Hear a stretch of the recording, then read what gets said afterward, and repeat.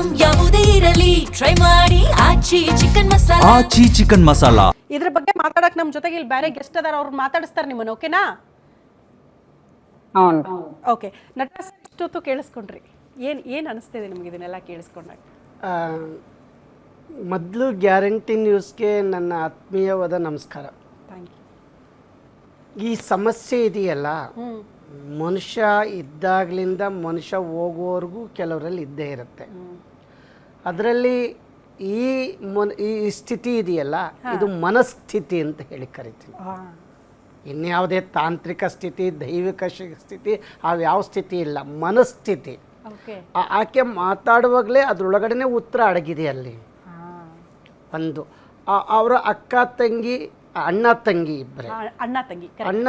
ಇಬ್ಬರೇ ಅವರಿಬ್ಬರೇ ಇದ್ದಾಗ ಆಗತ್ತೆ ಅಂತ ಅಲ್ಲಿನ ಜನಗಳ ಅಭಿಪ್ರಾಯ. ಅಲ್ಲಿ ನಾವು note the point.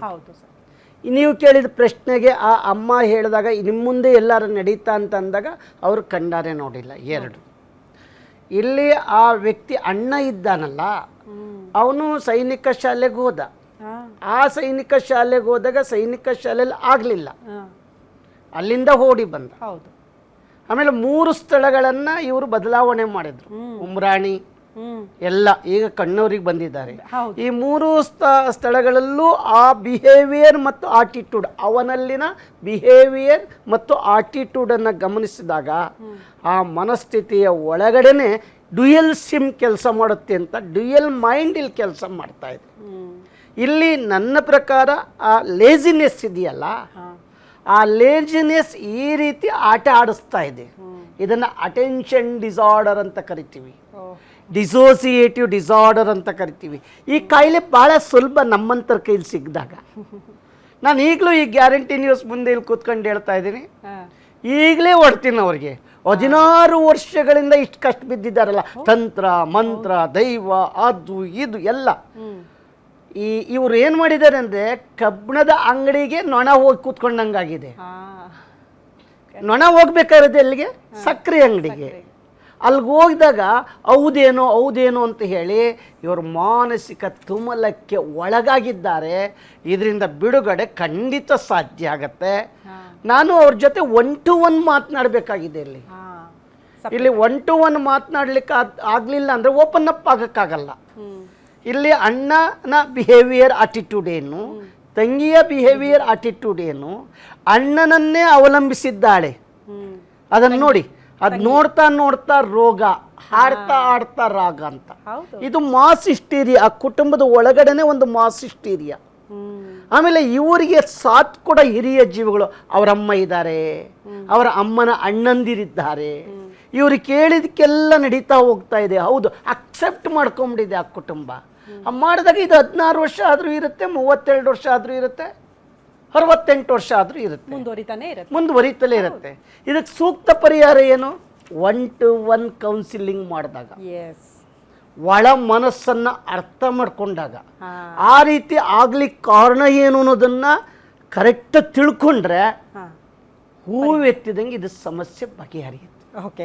Mostly Hulikal Nataraj ಸರ್ನ ಬಹಳ ಹತ್ತಿರದಿಂದ ತುಂಬ ಜನ ನೋಡಿದ್ದೀರಿ. ಕಾರಣ ಇಂಥ ಹಲವು ವರ್ಷಗಳಿಂದ ಏನೇನೋ ಸಮಸ್ಯೆಗಳಿದ್ರೂ ಕೂಡ ತಕ್ಷಣಕ್ಕೆ ಅದನ್ನು ಪರಿಹಾರ ಕಂಡು ಹಿಡಿದವರು ಅವರೇ ಹೇಳ್ತಿದ್ದಾರೆ. ಈ ಕ್ಷಣಕ್ಕೆ ಹೋಗಿ 1 to 1 ಮೀಟಿಂಗ್ ಮಾಡಿ ನಾನು ಅವರ ಸಮಸ್ಯೆಗಳನ್ನು, ಒಳ ಮನಸ್ಸನ್ನು ಅರ್ಥ ಮಾಡ್ಕೊಳ್ತೀನಿ, ತಕ್ಷಣ ಪರಿಹಾರ ಸಿಗುತ್ತೆ ಅಂತ. ಇನ್ನೊಬ್ರು ಗೆಸ್ಟ್ ಕೂಡ ನಮ್ಮ ಜೊತೆಗೆ ಜಾಯಿನ್ ಆಗಿದ್ದಾರೆ, ನಯನಾ ಪ್ರಸಾದ್, ಮನೋವಿಜ್ಞಾನಿ. ಮೇಡಮ್ ನಮಸ್ತೆ, ಕಾರ್ಯಕ್ರಮಕ್ಕೆ ಆತ್ಮೀಯ ಸ್ವಾಗತ. ಇಷ್ಟೊತ್ತು ಕೂಡ 2 ವರ್ಷ ನನ್ನ ಕೇಳಿಸ್ಕೊಂಡ್ರಿ ನೀವು. ಈಗ ಬಹುತೇಕರು ಇನ್ನೊಂದು ವರ್ಷ ಹೇಳ್ತಿದ್ದಾರೆ, ಅವರು ಮಾನಸಿಕವಾಗಿ ಖಿನ್ನತೆಗೊಳಗಾಗಿರಬಹುದು, ಏನೋ ಕಾಯಿಲೆ ಇರಬಹುದು, ಆ ಕಾರಣಕ್ಕೆ ಈ ರೀತಿ ಮೈಯೆಲ್ಲ ಪರಚ್ಕೊಳ್ಳೋದು ಅವರವರೇ ಮಾಡ್ಕೊಳ್ತಾ ಇರಬಹುದು ಅನ್ನುವಂಥ ವಿಚಾರಗಳು ಕೇಳೋದಕ್ಕೆ ಸಿಗುತ್ತೆ. ಹಿಂಗಾಗಬಹುದಾ ಮೇಡಮ್? ಅಂದ್ರೆ ಮಾನಸಿಕವಾಗಿ ಖಿನ್ನತೆಗೆ ಒಳಗಾದ್ರೆ ಈ ರೀತಿ ಬಿಹೇವಿಯರ್ ಇರುತ್ತಾ ಅಂತ ಮನುಷ್ಯನದ್ದು? ಹೌದು ಮೇಡಮ್. ಈಗ ಮಾನಸಿಕ ಅಂದ್ರೆ ಸೊಮ್ಯಾಟಿಕ್ ಡಿಸಾರ್ಡರ್ ಅಂತ ಹೇಳ್ತೀವಿ ಇದನ್ನ. ದೇಹಕ್ಕೆ ಮತ್ತೆ ಮನಸ್ಸಿಗೆ ಎರಡಕ್ಕೂ ಸಂಬಂಧಪಟ್ಟಿರೋದು. ಸೊ ಆ ವ್ಯಕ್ತಿಗೆ ಈಗ ಗೊತ್ತಾಗದೆ ಮಾಡ್ಕೋತಾ ಇದಾರಾ ಅಥವಾ ತಾನಾಗೆ ಆಗ್ತಾ ಇದೆಯಾ, ಅದು ಸ್ಕಿನ್ ಪ್ರಾಬ್ಲಮ್ಸ್ ಏನು ಹೇಳಿ ನಮ್ಗೆ ನೋಡ್ಬೇಕಾಗತ್ತೆ ಅದನ್ನ. ಅವ್ರು ಸರ್ ಹೇಳ್ದಂಗೆ ಅವ್ರನ್ನ ಕೌನ್ಸಿಲಿಂಗ್ ಮಾಡಿದ್ರೇನೆ ನಾವು ಅದ್ರದ್ದು ಏನು ಪ್ರಾಬ್ಲಮ್ ಅಂತ ಗೊತ್ತಾಗತ್ತೆ. ಬಟ್ ಈಗ ಇದನ್ನ ಕೇಳ್ತಾ ಇದ್ರೆ, ಇವ್ರು ಹೇಳ್ತಾ ಇರೋದು ಕೇಳ್ತಾ ಇದ್ರೆ ಅವ್ರಿಗೆ ಒಂದು ದೀರ್ಘಕಾಲದ ಭಯದಿಂದನೋ ಅಥವಾ ಒಂದು ಕುಟುಂಬದ ಒತ್ತಡನೋ ಅಥವಾ ಸಾಮಾಜಿಕ ಸಮಸ್ಯೆಗಳನ್ನು ಯಾವ್ದೋ ಒಂದು ಒತ್ತಡ, ಆಂಗ್ಸಿಟಿ ಜಾಸ್ತಿ ಆಗಿ ಪ್ರಾಬ್ಲಮ್ ಜಾಸ್ತಿ ಆಗತ್ತೆ. ಇದನ್ನ ಸ್ಕಿಜೋಫ್ರೇನಿಯಾ ಅಂತ ಕೂಡ ಹೇಳ್ಬೋದು. ಸ್ಕಿಜೋಫ್ರೇನಿಯಾ ಅಂದ್ರೆ ಡ್ಯುಯಲ್ ಪರ್ಸನಾಲಿಟಿ ಅಂತ ಅಲ್ಲ, ಅಂದ್ರೆ ಭ್ರಮೆಗೊಳಗಾಗಿರ್ತಾರೆ. ಈ ಭ್ರಮೆಗೆ ಮತ್ತೆ ಹ್ಯಾಲುಸಿನೇಷನ್ಗೆ ವ್ಯತ್ಯಾಸ ಇದೆ.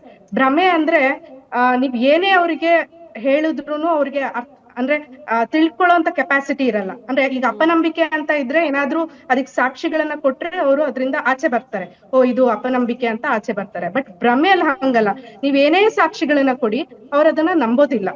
ಅವರು ನನ್ಗೆ ಯಾರೋ ಏನೋ ಮಾಡ್ಸಿದ್ದಾರೆ, ನನ್ಗೇನೋ ಪ್ರಾಬ್ಲಮ್ ಆಗಿದೆ, ನನ್ನನ್ನು ಯಾರೋ ಹಿಂಬಾಲಿಸ್ತಾ ಇದ್ದಾರೆ, ನನ್ಗೇನೋ ಏನೋ ಹೆಚ್ಚು ಕಮ್ಮಿ ಆಗ್ಬಿಡತ್ತೆ, ನನ್ನ ದೇಹದಲ್ಲಿ ಏನೋ ಪ್ರಾಬ್ಲಮ್ ಆಗ್ಬಿಡತ್ತೆ, ಈ ರೀತಿಯಲ್ಲಿ ಅವರು ಭ್ರಮೆಗೊಳಗಾಗಿರ್ತಾರೆ.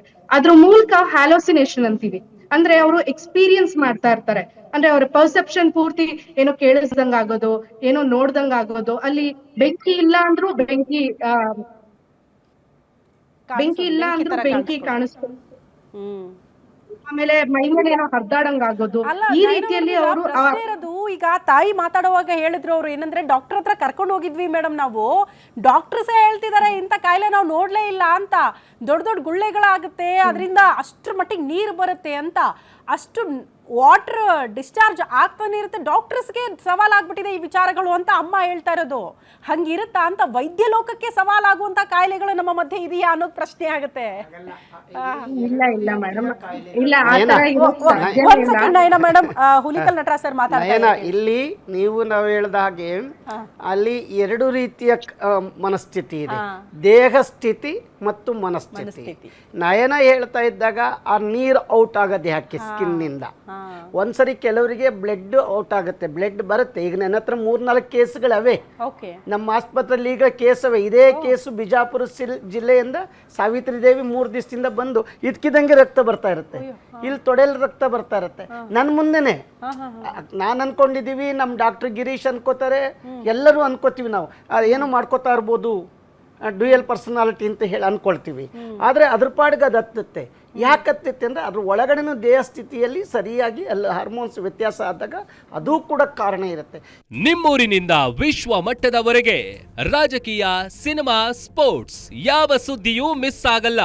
ಬರೀ ಸುದ್ದಿ ಅಷ್ಟೇ ಅಲ್ಲ, ಜೊತೆಯಲ್ಲೇ ಇರುತ್ತೆ ವಿಶ್ಲೇಷಣೆ. ಗ್ಯಾರಂಟಿ ನ್ಯೂಸ್ ನ ಸಬ್ಸ್ಕ್ರೈಬ್ ಮಾಡಿ, ಫಾಲೋ ಮಾಡಿ, ಕ್ಷಣ ಕ್ಷಣದ ಅಪ್ಡೇಟ್ಸ್ ಪಡೆಯಿರಿ.